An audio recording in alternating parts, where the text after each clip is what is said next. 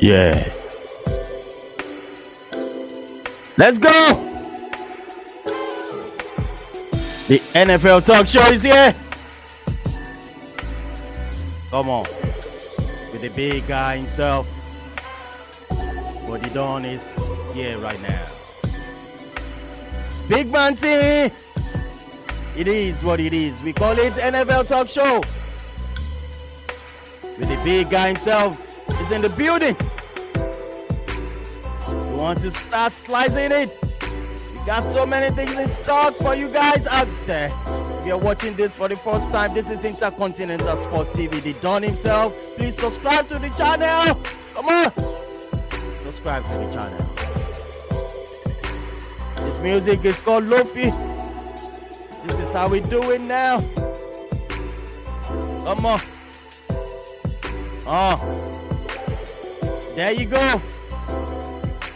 I'm bringing in the man himself, the biggest man himself. Big Mike. The NFL talk show. But first, let me introduce you to something in town right now. We call it Work Trends LLC. What do they do there? They have a lot of things in stock. You guys could check it out. They're on Instagram. Look at it. When you're talking of real deal, nice shirt, nice hood, contact this guy. Call him Work Trends LLC, guys. Go there, go do your shopping. Check them out, and you won't be disappointed. Come on. The big guy is in the building. He's ready to go. It's all about NFL. Come on. I'll leave you with this till the end of this. The big man himself is in the building. Please subscribe to the channel. You can see us on Twitter, Interconti under 007. We're also on Facebook, Intercontinental Sport TV. Also on Instagram, the same ID, Intercontinental Sport TV. You can find it anywhere. Be the real deal when we're talking about talk show in NFL. They call me the Dawn of Sport Music. Big man, if you don't understand it, forget about it. This is how we do it. I'm fading out.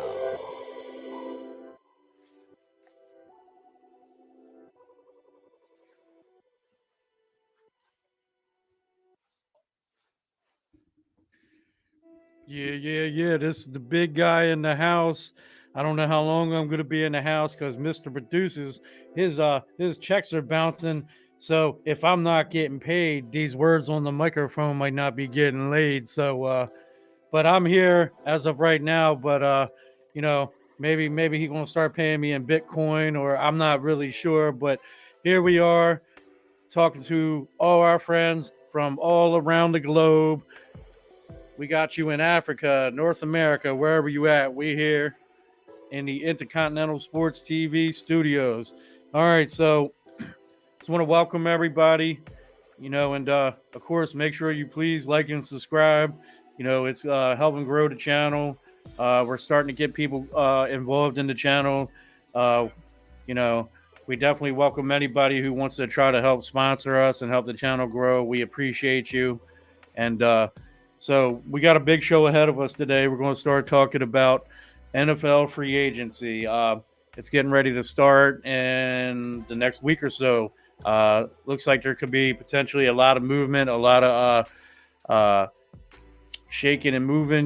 We got a lot of big names possibly that could be heading to different cities. So with that being said, Mr. Producer, can we bring up that graphic? We got a top 10 list that was compiled. I believe, did this come from NFL.com? NFL.com. They're usually pretty good about their list. So starting off at the top, you got Davante Adams at number 1. Really This is pretty easy. There's nobody that wouldn't want Davante Adams. Potentially the best receiver in the game. I mean, he's a fantastic route runner. I mean, he's so dangerous, and I think no matter where he would go, I mean, he would have to automatically be the number one receiver. Uh, he's a dynamic player. I mean, like I said, great hands, great route runner. Uh, I mean, really, I'm looking at cap space available for teams. You got a team like the Dolphins who have a little over 63 million in cap space. That potentially, if he was to end up a team like there, which going to Miami is appealing to a lot of players because it's in the state of Florida, and if a lot of you aren't aware, there is no state income tax in the state of Florida. So you see some of these guys go to Florida because they want to get more of their money back. So Davante Adams to the Dolphins, that may sound crazy, but crazier things that happened. I'm also looking over the list, and I mean, I'm seeing some of these teams that already have some established receivers, but maybe the Indianapolis Colts over 37 million in cap space. But I don't know how feasible that is because I don't think they're happy with Carson Wentz right now. So I think they have to hash out their QB situation first. But the team that I'm really watching out for with Davante Adams is the Las Vegas Raiders. And if any of you know me, you know I'm a Vegas fan. So I'm not trying to be a homer. I'm not trying to, be biased here, but there's a connection there. Him and Derek Carr, they're great friends. They played with each other at Fresno State. They had a connection there. So I think maybe Davante Adams is waiting to see what's going on with the whole Aaron Rodgers drama in Green Bay. Is Rodgers going to stay or is he going to go? But I think even if Rodgers stays in Green Bay, unless Davante gets that franchise tag, which means he has to be there another year, I think Davante Adams on the move. And if he were to end up in Vegas, that could potentially put Vegas in, as one of the top contenders in the AFC. It would be very dangerous. So I think we have to wait to see maybe where some of the smaller pieces land when free agency starts. But Davante Adams, obviously the number one player available. And I guess we're going to go on to our number two player. And sorry, can we go back to the first list real quick? Chris Godwin, number two on the top 10 list. He's a couple years younger than Davante Adams. Chris Godwin played for Tampa Bay. He played with Tom Brady, won a Super Bowl 2 years ago. Very dynamic receiver. He's what you would call a Z receiver. He's great at exploiting zone coverage and just overall. I mean, he's got speed. He's got hands. I think there may be some questions about some of the durability and stuff, but I mean, football is a rough sport. Players get hit, they get hurt. So, but I think maybe teams are waiting to see where Chris Godwin is in his recovery, but Chris Godwin's another dynamic receiver. Like I said, same list of suspects. I mean, you even have the Jets in there, 48 million. If they could get somebody like Chris Godwin to come up there to play with Zach Wilson, who had a rough rookie year, but has a lot of talent at quarterback. If we were to get somebody like Godwin in there, maybe that changes the Jets' their outlook next year. But like I said, we need to wait and see where he is in the recovery. I think he's still going to get a pretty decent contract. But like I said, I guess maybe it boils down to where Davante Adams goes and some of these other pieces that are available in free agency, like receivers like Allen Robinson and some of those other guys. So can we bring up the next? Okay, so J.C. Jackson. Boy, this guy is exciting. If you don't know who J.C. Jackson is, he went to the University of Maryland. Go Terps. Fear the turtle. And this guy, I mean, since he's come into the league as this guy wasn't even drafted. They signed him off the street, and he's come in, and he's been a revelation for the Patriots. And from what I've been reading and hearing, it seems like maybe the Patriots are okay with letting him test free agency, which I guess if they were to lose him, they would be looking at a comp pick. So if you're not familiar with how some of this works, there are certain times where teams will receive a draft pick the following year if they lose more players than they bring in, or somebody that was a big enough player, they can earn up to like a third round draft pick. And there's a different formula. It's kind of confusing, but anyway, so I think they do that so that some of these teams don't, if they're always losing players, at least they're going to get something in return, even if they're not getting a player back. But J.C. Jackson, I mean, he's been a ball hawk. I mean, he creates turnovers. He's just, you don't want to throw the ball his way. J.C. Jackson, there would be so many teams, just like Davante Adams. I mean, most of the teams in the NFL would love to have Davante Adams, and I think that most of the teams in the NFL would love to have J.C. Jackson. Like I said, I could go Dolphins, Chargers, Jaguars have a ton of cap space, but I'm not sure that he would want to join a rebuilding team like that. Maybe a team like the Broncos, who were known for their strong defense for years there. Maybe he joins them, or maybe he wants to go closer to home and he wants to go play for the Washington Commanders. They've got $33 million in cap space. Like I said, there's going to be no shortage of people that want to get a hold of J.C. Jackson. And then another team I've seen connected to him is, again, Las Vegas. Their new head coach, Josh McDaniels, came from New England. They're familiar with each other. Their new general manager came from New England. So maybe J.C. Jackson wants to go somewhere where he's familiar with some of the people in charge of operations. So we'll see. The Seahawks, $33 million in cap space. They have really fallen off since those years of with the Legion of Boom, where they were, shutting people down with defense. And right now, Seattle's kind of floating on, being able to be in contention. If they were to get somebody like J.C. Jackson to play with Jamal Adams there in the secondary, that could really turn the fortunes of Seattle and maybe put them back up there in contention with the Rams and the 49ers. So J.C. Jackson, we'll wait to see where he goes, but he's going to get a big contract. And like I said, there's a lot of teams that would love to have him. And Taryn Armstead, number 4. If you're not familiar with him, played for the New Orleans Saints. Big guy. And the amazing thing was when he came out of college, for a guy that I believe is 6'6", 6'7", something like that, I think he ran a 40-yard dash of something like 4.6 or 4.7, which I'm off a little bit. But either way, he ran a very fast, we're talking about a guy that's well over 300 pounds, and he could run a faster 40-yard dash than me or my producer.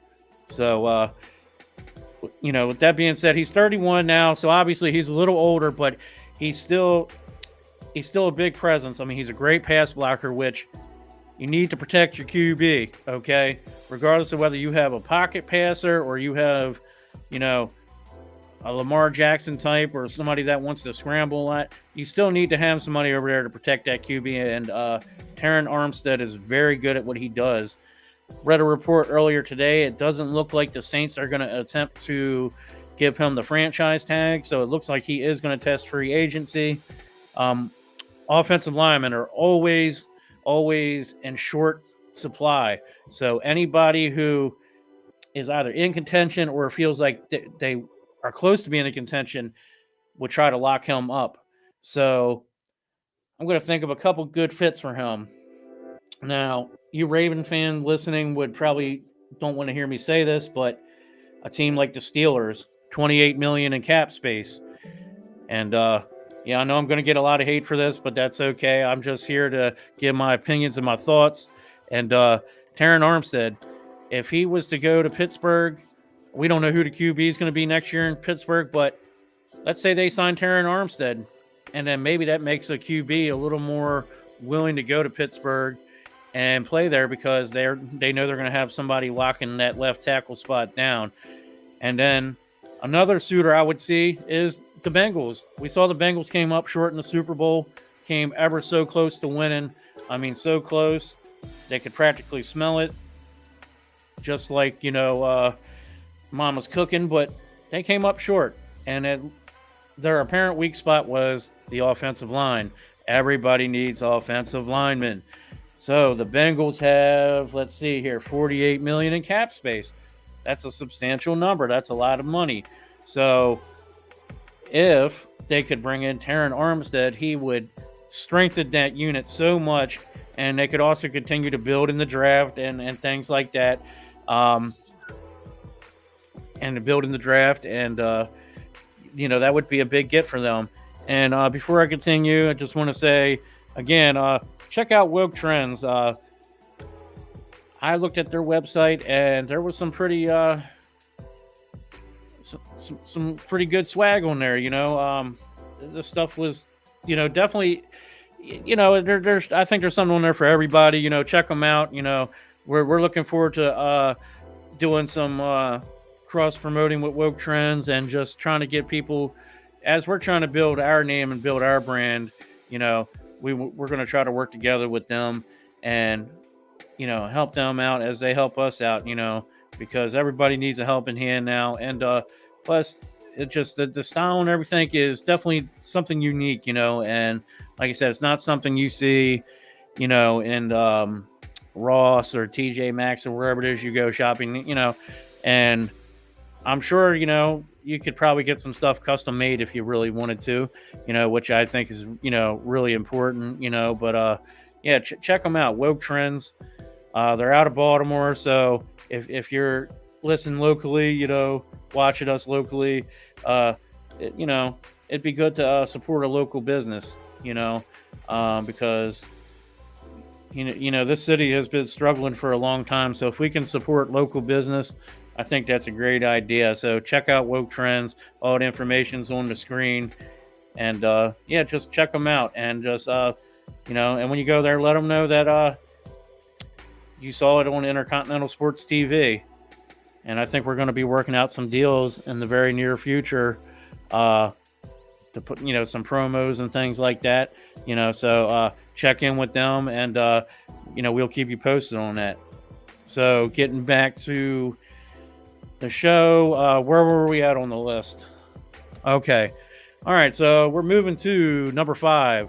All right, another offensive lineman, another left tackle, Orlando Brown Jr. Okay, this guy right here started his career with the Ravens, and it just shows you how things can change in a couple years. The Ravens traded him to the Kansas City Chiefs because the Ravens thought they had the left side locked down with Ronnie Stanley, when he's on the field, very dominant player, very good at what he does. Orlando Brown Jr. wanted to get paid like a left tackle, even though the Ravens had him playing at right tackle. So the Ravens were willing to trade him to the Chiefs, who needed a left tackle, and Ravens got compensation from him. But unfortunately, it's over the last couple of years, Ronnie Stanley hasn't been on the field very much. So I know the Ravens are probably regretting, but they really had no choice at that moment. They had to let him go because they couldn't afford to pay two guys, that kind of money for a premium position. So, again, there's so many people that obviously the Chiefs, I think, really need to bring them back if they want to try to keep Mahomes protected. But again, looking at the list of names, a team like the Chargers, who have a young quarterback and Justin Herbert, that I'm sure they would love to have Orlando Brown Jr. The Jets, another young quarterback, Zach Wilson. If you're protecting that quarterback, you're giving them more time to be there in the pocket, make their reads, make their throws, and not constantly running for their life. You got to give them time to operate. And again, the Steelers, the Bengals, I'm sure they're going to try to make a run at them. The Broncos, like I said, the whole league is in need of offensive linemen. So there's just so many teams that would love to have Orlando Brown Jr., but I'm sure Kansas City's going to make it their number one priority to bring him back. Personally, on a personal note, as a fan, hope he doesn't go back to Kansas City. My producer is telling me to hurry up. So number 6, we're going to move on to Mike Williams, wide receiver from the Los Angeles Chargers. Started out kind of slow the first couple years of his career, but he had a career year last year for the Chargers. Again, I've seen reports linking him to a team like the Raiders. I think the Chargers would like to bring him back because they definitely have the cap space to bring him back. Maybe a team like the Cleveland Browns could use him because they traded away Odell Beckham, who really didn't work out too well there. And I know Jarvis Landry's status is up in the air. So Mike Williams, he definitely has I think he definitely has more room to grow. But Mike Williams, he definitely made an impact on the Chargers last year. And I'm sure, like I said, he's definitely got to be a priority to bring back.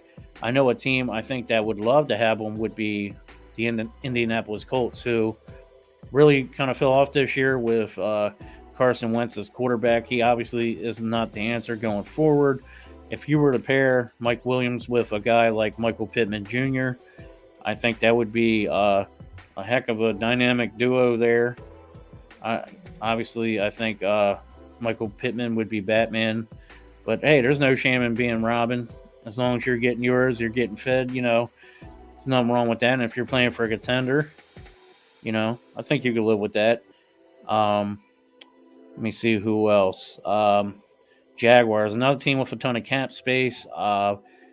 Maybe he would want to go there and help Trevor Lawrence develop into the quarterback that the Jaguars thought he could be when they drafted him.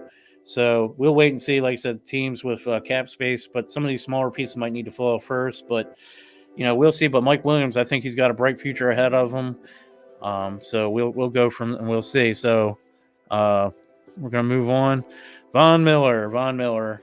If you watched the Super Bowl, you saw him there with the Rams. He won a Super Bowl. He's getting a little up there in age, at least by NFL player standards, age 33. Most people know Von Miller for all the years he spent with the Broncos, one of the most dominant pass rushers in the NFL. Pass rusher is definitely another position that a lot of teams never seem to have enough of. And Von Miller, I would think he'd be a priority for the Rams to bring back because the Rams' best player in Aaron Donald was supposedly speculating retirement, but said it would come back if the Rams brought back Von Miller and Odell Beckham Jr. But I think Von Miller knows that at age 33, he's going to have one last substantial payday. He wants that last chance to make some money. He wants the cheddar. He wants the cheese. He wants the Gouda, the feta. He wants it all, man. Give him his money. So, I could just keep going down the list and based on cap space, but I'm going to maybe go out on a limb here. What would you think of Von Miller going to go play for a team like the Ravens, who could really use a veteran pass rusher? He could come in there, show some of these younger guys how to get to the quarterback. Maybe he could teach Lamar Jackson a little bit about, getting away from pass rushers when they're coming at them. Now, the Ravens, I think, only have like maybe $8 million in cap space, but that's okay. They're a creative team, cut some guys, restructure some contracts. There's a lot of teams that would be interested in Von Miller. So we'll see, but Von Miller, he wants to get that last payday. We'll see where he ends up. All right, so we're going to move on to the next player, Carlton Davis. Cornerback of the Tampa Bay Buccaneers. Big part of their defense over the last couple of years. He's a guy that essentially since he came into the league was starting, made an impact. He's become one of the better corners in the NFL. Corner is another premium position that guys that can either lock down or just that side of the field you don't want to throw to. Carlton Davis is definitely going to be a hot commodity here in free agency. I don't know if he's a priority for the Buccaneers because I know they have a lot of guys that are out there with expiring contracts and they've only got so much money. So we'll see. Maybe he stays in the state of Florida, and goes to a team like the Jags or the Dolphins because I said no state income tax. That's more money in your pocket. That's more money for you to buy the wife, some new clothes, buy her some jewelry, whatever, or that's a new car, So maybe he stays there, or maybe he goes and signs with a team like the Bengals, who, like we said, came up short in the Super Bowl, and cornerback play was obviously another one that was probably their second biggest weakness because we saw Eli Apple getting picked on the whole game in the Super Bowl. Maybe Carlton Davis plays with the Bengals. Maybe he wants to go play with Joe Burrow. I mean, Joe Burrow, the guy's got a lot of swag. He's somebody I think that, especially some of the younger guys that are out there available, that they want to go play with Joe and maybe, get back there to the Super Bowl and put him over the top. So Carlton Davis, really talented guy. Be exciting to see where he ends up. I don't think he ends up back in Tampa Bay. I think they just have some other needs they're going to try to fill. So we'll see where he ends up, and we'll try to update in the coming weeks, when players start signing, and we'll, go over that and we'll see how close we came with some of these predictions. So moving on to the next. Okay. Chandler Jones, pass rusher, Arizona Cardinals. He's spent, I think, the last 4 or 5 years there. Came from New England. I mean, one of the most dominant pass rushers of, let's say, the last 10 years. Feared guy, knows how to get to the quarterback. 32 years old, but I think he still has a lot left in the tank. Arizona really has not much in the way of cap space. I think they have under $1 million. I think like $800,000 in cap space. So I don't think Arizona's really going to be able to make a play for him. But maybe Chandler Jones goes back to New England. We've seen it over and over again where teams leave New England, go get paid, and then wind up coming back home to play for Bill Belichick. And Bill Belichick seems to have no problem letting former players come back and play there in Foxborough in Massachusetts. So Chandler Jones, like I said, again, has been one of the most dominant pass rushers. Like I said, should be no shortage. Maybe he stays in the division and goes and plays in Seattle because he's obviously familiar with them, division rival. They've been playing against each other for years. And maybe he doesn't want to go too far, stay over on the West Coast more or less. And maybe he goes to Seattle, who has $33 million in cap space, should be able to offer him a decent contract. Or maybe he ends up in Los Angeles with the Chargers, who have second most cap space in the NFL, and I know they could use another pass rusher. So Chandler Jones, we'll see. Like I said, there's a lot of people that are going to want his services. But as of right now, I'm going to say Seattle. I think that would probably be his best fit in my opinion, but we'll see. So can we bring that back up and to our next player? And at number 10, we have Jesse Bates. And if you watched the Super Bowl, you should have seen this guy. He was on the field. He's one of the best safeties in the NFL, and he's a young guy. And I think the Bengals would definitely be foolish if they let him go. Obviously, he's going to command a pretty hefty contract. He's going to want to get paid, which you can't blame him. He's already one of the best safeties in the NFL at the age of 25. So obviously, I think the Bengals, you got to make this guy a priority. You got to bring him back, keep him home. But I'll tell you a team that I would love to have him would be the New York Jets. New York Jets, $48 million in cap space. They traded away Jamal Adams to Seattle, Jamal Adams, the all-pro safety, who does kind of a little bit of everything. But, they were compensated for that. But there's been a hole in that secondary and that back end of the defense since Jamal Adams has been gone. And Jesse Bates would be a player that could automatically come in there, be a leader, communicate with these younger guys, and I think hold them accountable. He just played in the Super Bowl, so obviously he knows what it's like to be part of a strong organization, and he played on a good defense. And, the Jets would definitely, love to have him. So, like I said, Bengals got to make it a priority to bring him back, but if they don't, then, yeah, I see the Jets trying to go all in on him.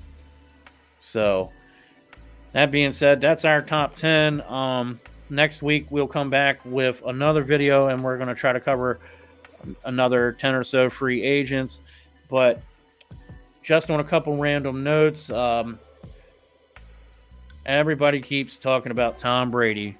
Now, Tom Brady said he retired after this season, but there still seems to be some doubt that he's not really retired.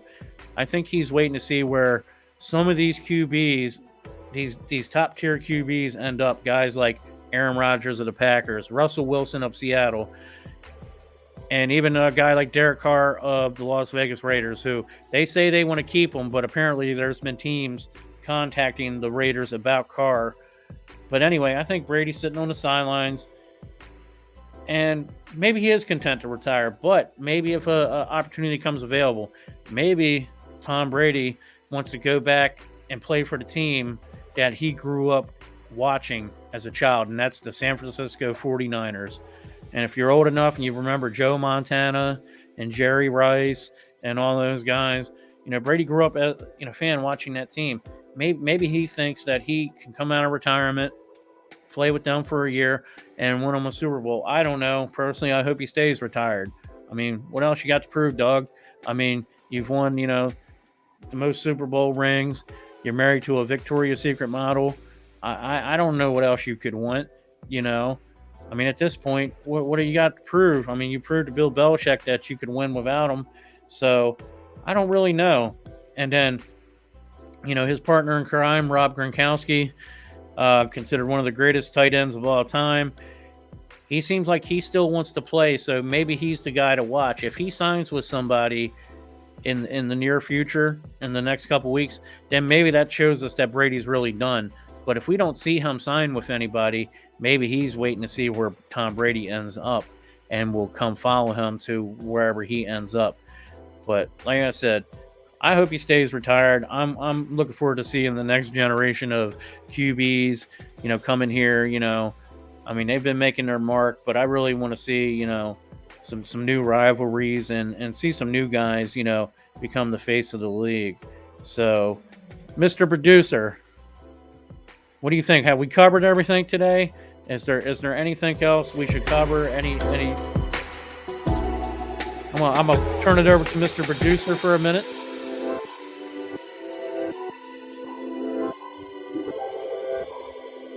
Yeah, it is what it is, guys. Thanks for joining us on this NFL talk show with the big guy himself. I had a wonderful time with him. Thank you so much. Until same time next week, this is the Don himself. They call me the Don for sport entertainment. Don't miss it. If you don't get it, forget about it. That's what I'm talking about here. The big man himself. I had a wonderful show. Tomorrow is going to be a Manchester derby on the soccer English Premier League tomorrow. It's going to be massive. Manchester United versus Manchester City. I call it Manchester Derby. I'm going to sack this guy from my studio. I'm talking about the big guy himself. He's supporting Manchester City. I don't take that. If you don't like that, if you don't like United, forget about it. Come on. Hey, look, tune in. Even if you're not a big soccer fan, Yeah. tune in. Listen to this guy, Yemi. It's gonna be massive. We'll be doing it spot on here. He loves soccer. He's gonna entertain you. It is what it is, Big Mountain. If you don't like it, forget about it. Tomorrow is the day. Manchester United going all the way to the next neighbor or the noisy neighbor. We'll be here live with the watch along. With my crew guys will be here. It's gonna be massive. On this note, this is me, the Don.